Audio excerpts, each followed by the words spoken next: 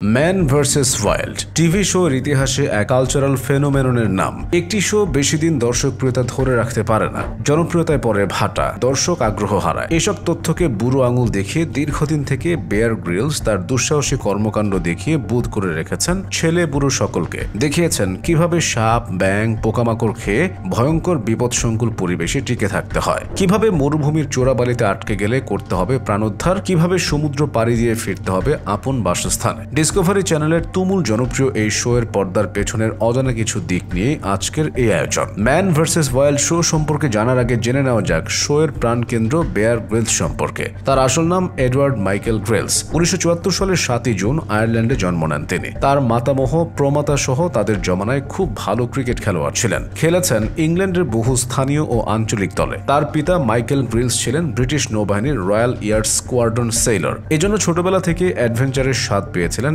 Edward Grylls. ওই সময়ে sky diving এ হাতে খড়ি তার। কিন্তু তার নামের সাথে বিয়ার যুক্ত হয়েছিল কিভাবে? এডওয়ার্ড মাইকেল গ্রিলসের বড় বোন লারা ফসেট তার জন্মের সপ্তাহ 10 দিনের মধ্যেই তাকে বেয়ার নামে ডাকা শুরু করেছিলেন। বেয়ার গ্রিলসের ঝুলিতে বেশ ভারী ভারী সেনাপদক রয়েছে। ব্রিটিশ সেনাবাহিনীর অন্তর্ভুক্ত 21 SAS রেজিমেন্টের একজন প্যারাট্রুপার ছিলেন তিনি। জাম্বিয়ায় প্যারাসুট ট্রেনিং এর সময় মারাত্মকভাবে আহত হলে ভেঙে যায় তার মেরুদণ্ডের 3টি হাড়। চিকিৎসক সাফ জানিয়ে দেন তিনি আর কোনোদিন সুস্থ স্বাভাবিক জীবনে ফিরতে পারবেন না। কিন্তু ভাগ্য সহায় থাকলে ঠেকায় কে? মাত্র 1.5 বছরের মাথায় ভারতের পশ্চিম বাংলা এবং সিকিম ভ্রমণে আসেন তিনি এভারেস্টে চড়ার প্রস্তুতি নিতে। সকলকে অবাক করে 1998 সালের 16 মে দুর্গম এভারেস্ট জয় করেন তিনি। 2004 সালে বেয়ারকে রয়্যাল নেভাল রিজার্ভের লেফটেন্যান্ট কমান্ডার সম্মান প্রদান করা হয়। 2021 সালের জুন মাসে ব্রিটিশ সেনাবাহিনীর কর্নেল উপাধিতে ভূষিত হন তিনি। বেয়ার গ্রিলসকে ছাড়া কোনোভাবেই ম্যান ভার্সেস ওয়াইল্ড শো কল্পনা করা যায় না। ডিসকভারি চ্যানেল 2006 সালের 6 মার্চ দ্য রকিজ নামে পাইলট এপিসোড রিলিজ দিল। পরবর্তী এপিসোড এয়ার হতে সময় লেগে যায় অনেক। দীর্ঘ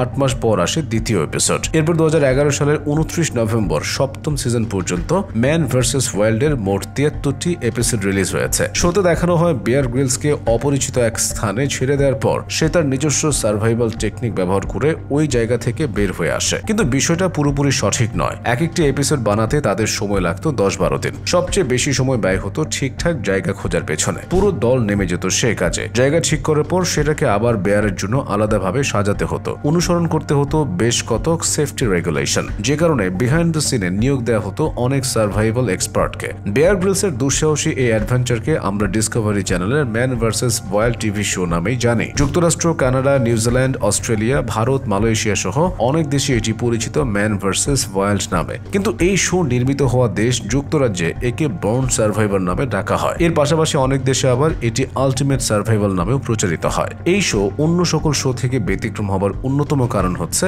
বেয়ার গ্রিলসের অদ্ভুত সব জীবজন্তু ভক্ষণ।